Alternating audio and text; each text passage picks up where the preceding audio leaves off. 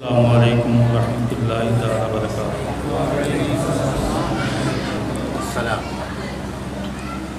الحمدللہ نحمدہ ونستعینہ ونستغفرہ ونؤمن بہ ونتوکل علیہ ونعوذ باللہ من شرور انفسنا ومن سیئات اعمالنا من يهده الله فلا مضل له ومن يضلل فلا هادي له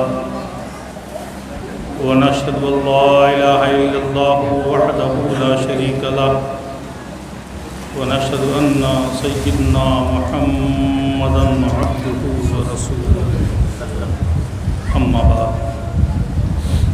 أعوذ بالله من الشيطان الرجيم بسم اللہ الرحمن الرحیم ان اولیاءہ الا المتقون وقال النبی صلی اللہ تعالی علیہ وسلم اتقوا فراست المؤمن فإنه ينظر بنور اللہ صدق اللہ المولانا العظیم وصدق رسولہ النبی الامین الکریم ونحن على ذلك لمن الشاہدین والشاکرین والحمد للہ رب العالمین۔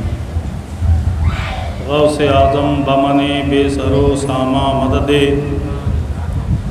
غوث اعظم بمن بے سر و ساما مدد، قبلہ دی مدد کعبہ ایما مدد، تیری سرکار میں لاتا ہے رضا اس کو شفیع، تیری سرکار میں لاتا ہے رضا اس کو شفیع، جو میرا غوث ہے اور لاڈلا بیٹا تیرا۔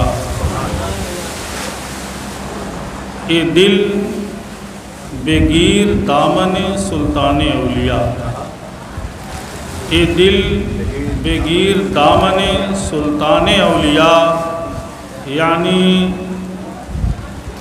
حسین ابن علی جان اولیاء۔ اور موضوع سے متعلق ایک شعر، نہ رفتم راہ بینایاں فتادم در چہے عیسیاں، نہ رفتم راہ بینایاں فتادم در چہے عیسیاں، بیائی جبل رحمانم اغثنی یا رسول اللہ صلی اللہ تعالی علیہ وسلم۔ گفتگو بہت لمبی ہو چکی ہے اور جو وقت مقررہ ہوتا ہے ہر اردو کلا کی نظر اسی پر ہوتی ہے، اس کے بعد پھر اکتاہٹ ہونے لگتی ہے، تو اعلان شدہ وقت چونکہ ختم ہو چکا ہے، لیکن خصوصی حکم کے مطابق میں لب کشائی کے لیے حاضر ہوں۔ جہاں مشائخ ہوں ان کے روبرو دل اور زبان دونوں سنبھال کے رہنا۔ ہمارے آپ کے درمیان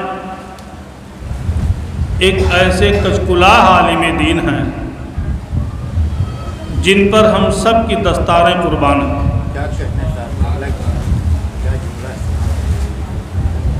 آپ نے مجھ سے بیشتر تقریباً سبھی حضرات سے یہ سنا، گویا کہ اس محفل میں حضور شہزادہ شمس العلماء دامت ظلہ العالی آج شیخ الکل ہے۔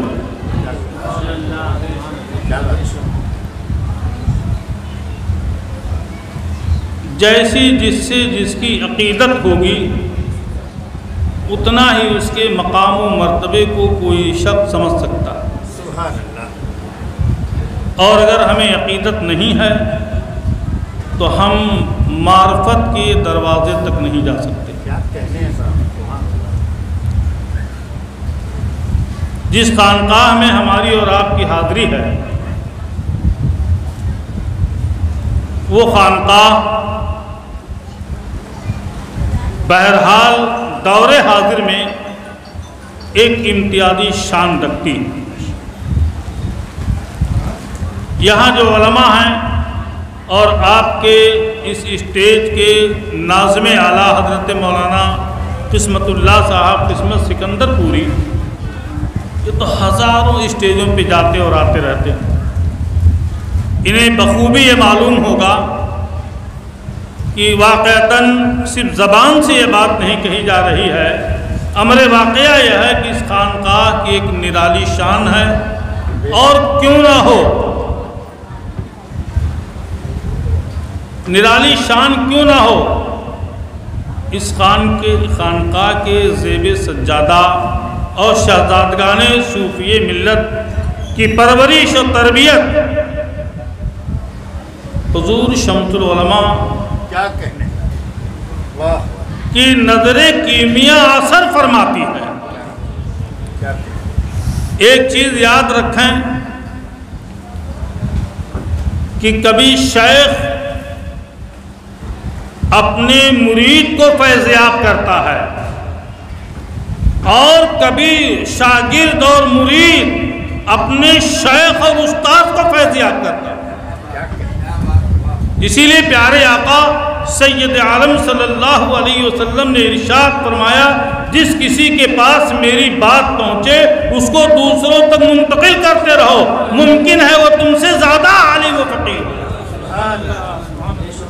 کیا کہنے صاحب، زندہ باد۔ تو اس خانقاہ پہ بڑی گہری نظر سے سرپرستی فرماتے ہیں شہزادے حضور شمس العلماء مدّ ظلہ العلی، اللہ ان کی حیات صحت کے ساتھ ہم پر دراز فرمائے۔ اس لیے اگر یہ کامیابیاں آپ دیکھ رہے ہیں تو خامخواہ نہیں دیکھ رہے ہیں، بلکہ ان بزرگ ہستیوں کی نظر ولایت کا اس میں عمل دخل ہے۔ آئیے کچھ عرض کرنے سے پہلے بارگاہ رسالت میں ہدیہ درود و سلام پیش کر لینے کی سعادت حاصل کریں۔ اللہم صلی علی سیدنا مولانا محمد مبارک وسلم، صلاۃ و سلام علیکہ سیدی یا رسول اللہ صلی اللہ تعالیٰ علیہ وسلم۔ میں آج آپ حضرات کے روبرو جو کچھ بول رہا ہوں،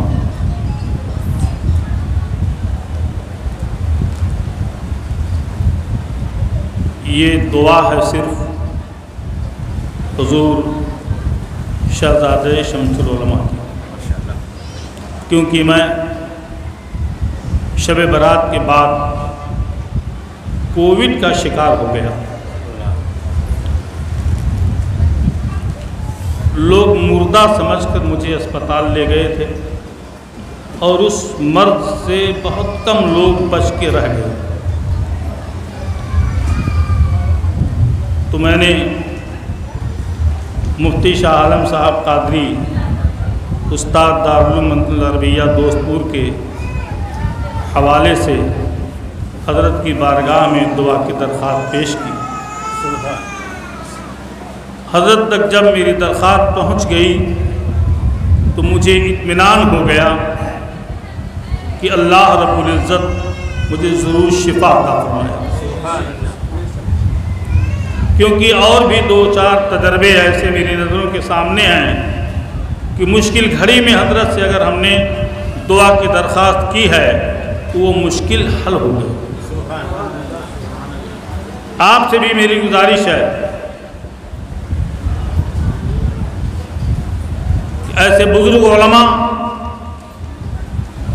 جو ہمارے اور آپ کے رکھ رکھاؤ اور دنیاوی دولت سے بے نیاز ہو کر صرف ہماری اور آپ کی فلاح و بہبودی پہ نظر رکھتے ہیں، ایسے علماء سے فیضیاب ہونے کے لیے وقت نکالنا چاہیے، دعاؤں کی درخواست کرتے رہنا چاہیے۔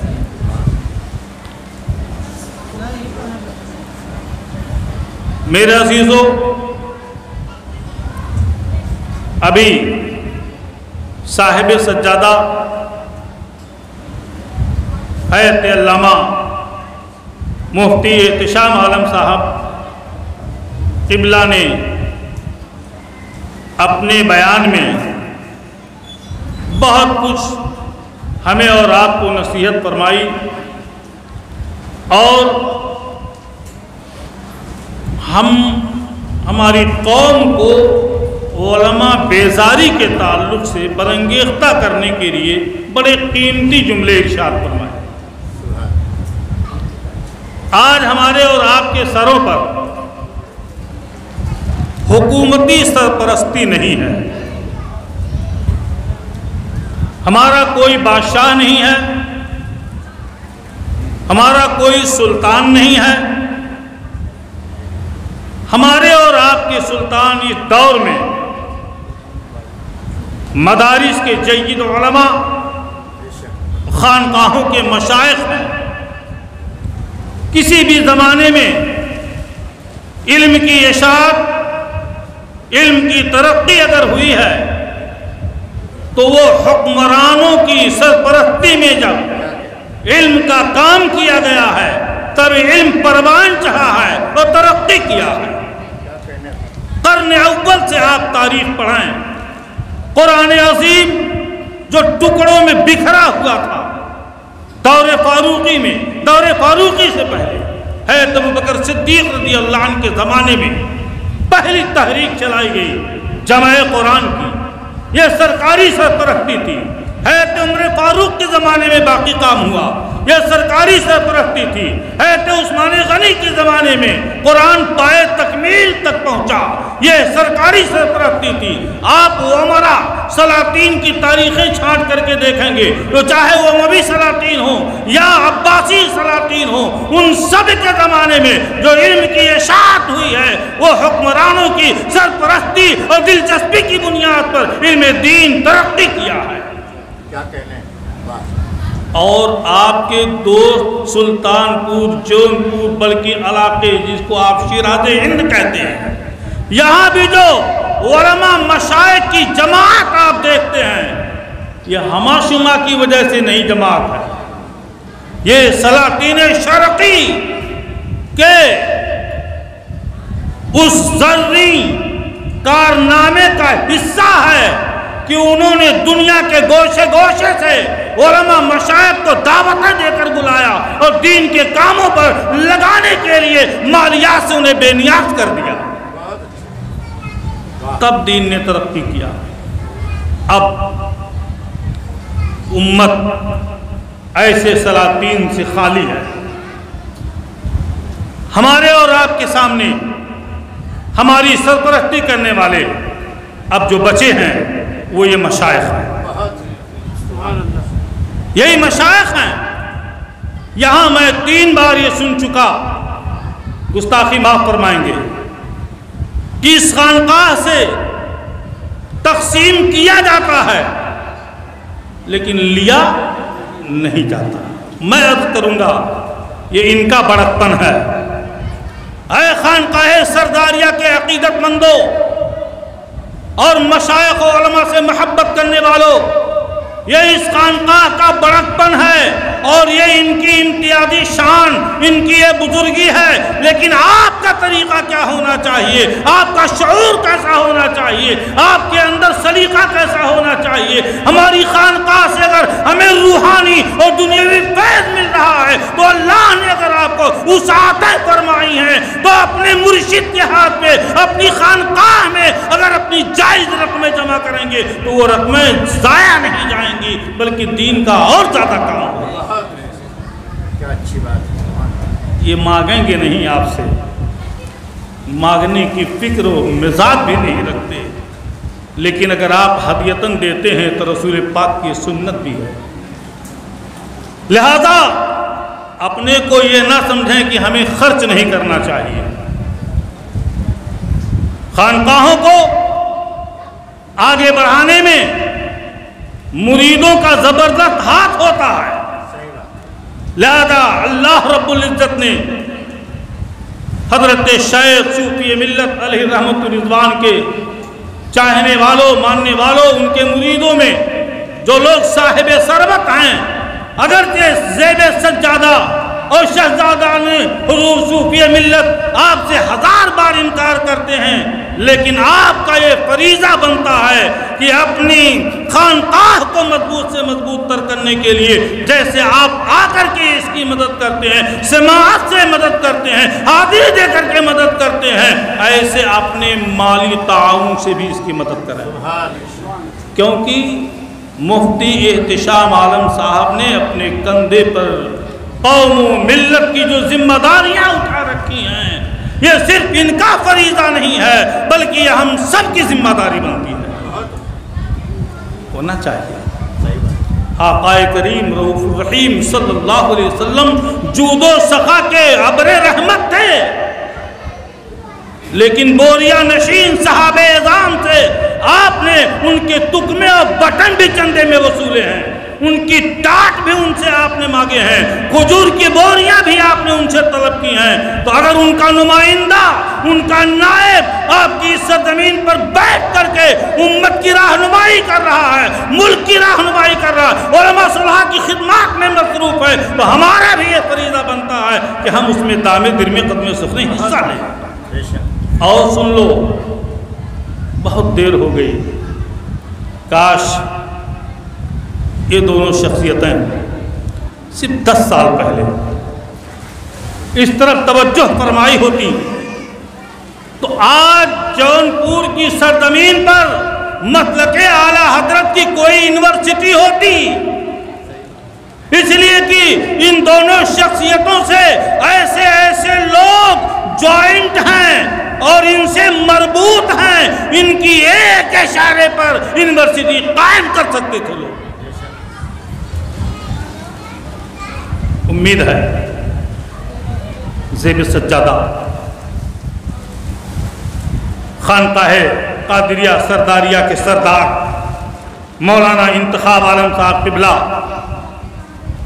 اس مشن کو آگے بڑھانے کے لیے حضور مظہر شمس العلماء شہزادہ شمس العلماء کی سرپرستی میں اپنی فکر کو بالیدگی دیتے ہوئے حضور کے اثر و رسوخ کا استعمال کرتے ہوئے جونپور کی سرزمین کو دوبارہ اسی ادب و انشا کی محفل کی تعریف مبذول کرنے میں کامیاب ہوں گے جس کو کبھی ہم نے تاریخ میں پڑھا تھا، اور وہ خواب ہے آج، اس خواب کی تعبیر انشاءاللہ الرحمن آپ حضرات کی کوششوں سے وہ پھر پوری ہوتی ہے انشاءاللہ۔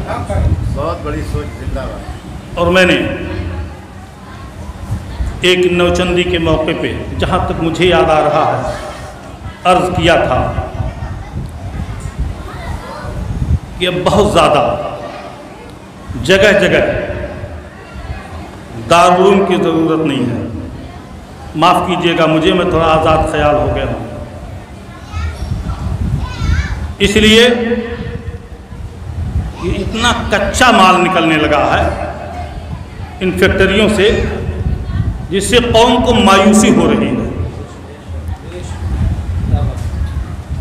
جہاں مکتب کھلا وہیں دستار بندی، اور ہر جماعت میں اتفاق ہو سکتا، ہماری جماعت میں نہیں ہو سکتا۔ لہذا دینی تعلیم کے لیے مکاتب تو گاؤں گاؤں ہوں، مکاتب گاؤں گاؤں ہوں، لیکن اب حالات زمانہ کے نبض کو ٹٹول کر وہاں سے ان مریضوں کے علاج کی ضرورت ہے جہاں سے صلح کلیت کی طرف جا رہے ہیں اور دوسرے فرقوں کی طرف توجہ کر رہے ہیں۔ ندوۃ العلماء 500 سے زیادہ اسکول کالج چلاتا ہے، اور اب جہاں تک مجھے اندازہ 1000 کے قریب ہے۔ تو اگر اس خانقاہ میں اللہ رب العزت نے یہ قوت عطا کی ہے تو نہ صحیح یو پی لیبل پر لیکن کمشنری لیبل پر مفتی انتخاب عالم صاحب قبلہ ایسا کوئی کام کر سکتے ہیں جو ملک و ملت کے لیے بر وقت بہت زیادہ مفید ہو۔ جیسے آج ہماری قوم کو بڑی پریشانیوں کا سامنا ہے، اس کی وجہ کسی بھی قوم کی ترقی 3 چیزوں پر منحصر ہے: ایک تعلیم، دوسرے تجارت، تیسرے سیاست۔ اگر یہ 3 چیزیں کسی قوم میں ہیں مضبوطی کے ساتھ تو وہ قوم ترقی کرتی ہے، اور اگر ان تینوں سے محرومی ہے تو وہ قوم پستی کی طرف چلی جاتی ہے۔ ہمارا کوئی سیاسی نمائندہ نہیں ہے، آج صرف ہم بھیک مانگ سکتے ہیں، منوانے کی ہمیں طاقت نہیں ہے، اس لیے کہ قیادت نہیں ہے، اور بلا قیادت کے روڈوں پر احتجاج بھی درست نہیں ہے۔ شیخ الاسلام المسلمین حضرت علامہ سید محمد مدنی میاں مدد اللہ العالی سے ہم نے ایک سوال کیا تھا، علماء بھی موجود تھے، کہ حضور والا وہ بابری مسجد کی شہادت کا موقع تھا کہ آپ حضرات جہاد کا حکم کیوں نہیں دیتے؟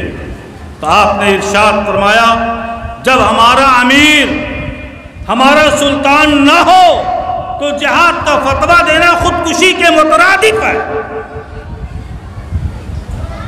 ہمارا مسلمان امیر سلطان نہ ہو تو اپنی قوم سے اگر کہہ دیا جائے کہ سڑکوں پہ اترو جہاد کرو، تو آپ نے فرمایا یہ خودکشی کے مترادف ہے۔ مطلب کیا ہوا؟ آپ سیاسی طور پر بہت کمزور ہیں، لہذا اپنے اندر سیاسی قیادت بھی پیدا کرنے کی ضرورت ہے، اور سیاسی قیادت جانتے ہو اداروں کی کوکھ سے پیدا ہوتی ہے۔ اگر ادارے ہیں، یہ جلسہ غالباً سنگ بنیاد کا ہے، اگر ادارے ہیں، ادارے سے مراد جو عصری حالات زمانہ کی ضرورتوں کو پوری کرتے ہیں۔ آپ ذرا سوچیں، آج کے آزادی سے پہلے انگریزوں کے دور میں اور انگریزوں سے پہلے اسلامی دور میں علماء کی حیثیت بڑی کیوں تھی؟ کیوں بڑی تھی؟ وجہ یہ ہے کہ وہ علماء جو زبان پڑھتے تھے وہ زبان سرکاری ہوتی تھی، اور زبان جب سرکاری ہوتی تھی تو مناصب پر انہیں موقع ملتا تھا۔ آج چونکہ ہماری زبان سرکاری نہیں رہ گئی ہے، ہماری تعلیم پورے طور پر سرکاری نہیں رہ گئی ہے، اس لیے دارالعلوم کا پڑھنے والا بچہ مایوسی کا شکار تو ہوتا ہے، لیکن اس کے سامنے امید کی کرنیں بڑی مندمج ہوا کرتی ہیں، روشن مستقبل کا وہ خواب نہیں دیکھتے ہیں، بلکہ یہ ہمیشہ انہیں یہ فکر ستاتی رہتی ہے کہ پڑھنے کے بعد ہم کریں گے کیا۔ ابھی اس لاک ڈاؤن میں اس کا سخت تجربہ ہوا کہ دارالعلوم کے پڑھنے والے بچے آج کوئی ڈرائیوری سیکھ رہا ہے، کوئی سبزی بیچ رہا ہے، کوئی ٹھیلے پہ رکھ کے کپڑے بیچ رہا ہے۔ کچھ فارغین کے تجربات جو ہمارے سامنے آئے، جو سوشل میڈیا پہ نظر رکھتے ہیں، انٹرنیٹ پہ نظر رکھتے ہیں، جو دور حاضر کے قابل باصلاحیت فارغین کی تحریریں آئیں کہ ان کے لیے جگہ نہیں ہے، جگہ ہے تو معیاری جگہ نہیں ہے۔ کیا فائدہ اتنا موقر عالم دین بننے سے انہیں دستگاہ نہیں ملی؟ یہ سوچ بہت مایوس ہوئی ہماری جماعت۔ لیکن اگر آج ان کے پاس علم دین کے ساتھ عصری علوم بھی ہوتے تو انہیں یہ زخم نہیں ملتا، اور یہ فکر ہمارے علماء میں دیر سے بیدار ہوئی۔ ہم پہلے مختلف زبانوں کے مخالف تھے، لیکن ہمارے بعض بزرگوں نے اس کی طرف توجہ فرمائی، اور ان توجہ کرنے والے میں امام اہل سنت قاتل بریلوی علیہ الرضوان علیہ رحمت و رضوان صف اول میں نظر آتا ہے۔ اس لیے ہمارے مرشد گرامی قائد اہل سنت حضرت علامہ شاہ احمد نورانی علیہ رحمت و رضوان کے والد محترم حضور مبلغ اسلام حضرت علامہ عبدالعلیم میٹھی صدیقی رحمت اللہ تعالی علیہ کالج بھی پڑھے تھے، دارالعلوم بھی پڑھے تھے۔ فراغت کے بعد امام اہل سنت نے ارشاد فرمایا عبدالعلیم اب کیا ارادہ ہے؟ آپ نے عرض کیا حضور والا جیسا حکم ہو۔ آپ نے ارشاد فرمایا عصری تعلیم پر اور توجہ بڑھا دو۔ روایت یہ ہے امام احمد رضا قاتل بریلوی علیہ رحمت و رضوان نے اپنے جیب خاص سے ان کی فیسیں بھر کر کے انہیں اعلیٰ تعلیم کی طرف مائل کیا، اور عالمی مبلغ ہونے کے لیے ضروری ہے عالم کی زبان آپ جانتے ہیں۔ کیا بات ہے؟ ورنہ بھینس کے آگے بین بجاؤ بھینس کھڑی پگرا ہے۔ ہم عربی میں تقریر کریں، آپ سمجھیں نا۔ حضور شمس العلماء علیہ رحمت و رضوان ٹانڈا میں منظر حق میں پڑھا رہے تھے، کسی کی شکایت پر فیض آباد کی ایک لیڈی ڈی ایم جانچ کرنے اچانک آ گئی۔ حضور شمس العلماء نے جب اس سے انگریزی میں بات کیا تو وہ اتنا زیادہ متاثر ہوئی کہ ایک عالم، ایک مولانا انگریزی میں بات کر رہے ہیں۔ ان کے انگریزی ادب سے وہ اتنا متاثر ہوئی کہ شکایت کرنے والی کی شکایت پہ توجہ ہی نہیں دیا اور ایک شاندار رپورٹ دے کر کے حضور شمس العلماء کی زباندانی کو سلام کہہ دیا۔ تو کیا مطلب ہوا؟ مولانا مفتی زین العابدین صاحب شمسی ایک تحریر میں فرماتے ہیں کہ میں نے جب منظر حق ٹانڈا میں داخلہ لیا تو ایک خط لکھا، اس خط پہ پتہ ہندی میں لکھا۔ حضور شمس العلماء کو پتہ چل گیا کہ زین العابدین نے پتہ ہندی میں لکھا ہے، تو حضور شمس العلماء نے بلا کے فرمایا تم نے پتہ ہندی میں لکھا؟ کہا جی حضور۔ کہا فلاں کتاب خرید کر لاؤ، میں تمہیں انگریزی پڑھاتا ہوں۔ آپ نے انگریزی پڑھایا اور اس کے بعد سے کبھی وہ ہندی میں پتہ نہیں لکھے، انگریزی میں پتہ لکھنے لگے۔ کیا پتہ چلا؟ جن بزرگوں کی نظریں مستقبل پر تھیں، ان بزرگوں نے اپنے طور پر جتنا ممکن تھا اتنا کرنے کی کوشش کیا، لیکن عوام کا بلکہ خواص کا عام ذہن جو اس وقت تھا وہ اس کی جانب مائل نہیں تھا۔ جی حضور، سر سید نے جب انگلش زبان کو ہندوستان میں رائج کرنے کے لیے یونیورسٹی کی بنیاد رکھی تو صرف اس کی گمراہی پہ فتویٰ نہیں آئے تھے کہ وہ ایک دہریہ ہو گیا ہے، بلکہ اس کی زبان کے خلاف بھی فتوے آئے تھے، اور یہ صرف سنیوں کی طرف سے فتوے نہیں آئے تھے، دوسرے فرقے کی جانب سے بھی اس کے خلاف فتوے لکھے گئے تھے۔ لیکن آج وہی سر سید ہندوستان کی سرزمین پر مسلمانوں کی لاج بن گیا۔ جی ہاں، قیادت، میں نے یہی کہا تھا، قیادت پیدا ہوتی ہے تعلیم گاہوں سے۔ اگر ہمارے پاس اچھی یونیورسٹیاں ہوتی تو ہمارے افراد ہوتے تو وہیں سے وہ پڑھ کر کے ملک کی بھی قیادت کرتے، مذہب کی بھی قیادت کرتے، اور وہ ملک اور مذہب کی قیادت کرنے کے ساتھ ساتھ تجارت میں بھی ہماری قیادت کرتے۔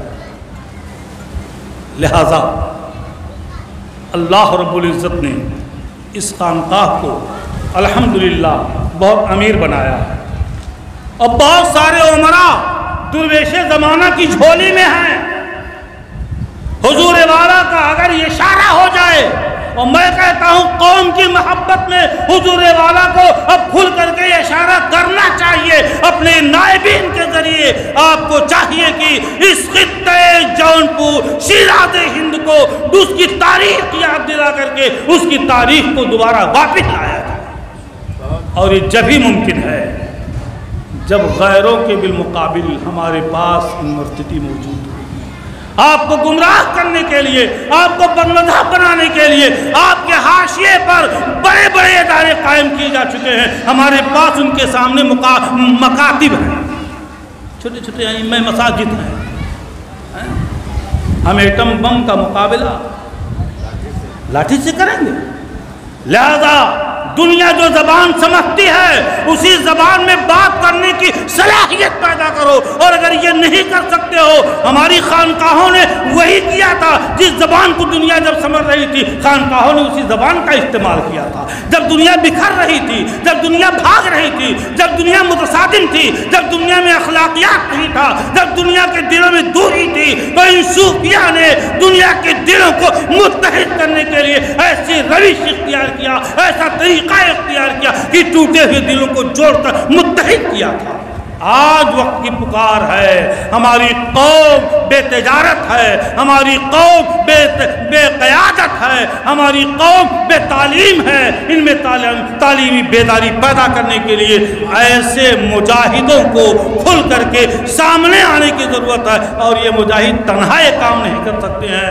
اے سردار خانقاہ سرداریہ سے محبت کرنے والوں اور حضور صوفی ملت سے عقیدت رکھنے والوں، آپ کے پاس اگر اللہ رب العزت نے دولت عطا فرمائی ہے تو آپ مستقبل میں اپنے زیب سجادہ کے مشورے کے مطابق خدمات کریں، انشاءاللہ الرحمن آپ کی وہ خدمتیں یہاں قبول کی جائیں گی اور ان کے جائز مصارف میں ان کا استعمال کیا جائے گا۔ اللہ رب العزت ہماری کہی ہوئی چند باتوں کو قبول فرمائے، اگر اس میں عملاً سہواً عمداً کسی بھی طرح سے کوئی خطا ہو گئی ہے یا بزرگوں کی شان میں کوئی گستاخی ہو گئی ہے تو میں آپ سب کو گواہ بنا کے معذرت چاہتا ہوں، توبہ کرتا ہوں۔ اللہ رب العزت مجھے حق پہ چلنے کی، حق بولنے کی توفیق عطا فرمائے۔ وآخر دعوانا ان الحمدللہ رب العالمین۔ السلام علیکم۔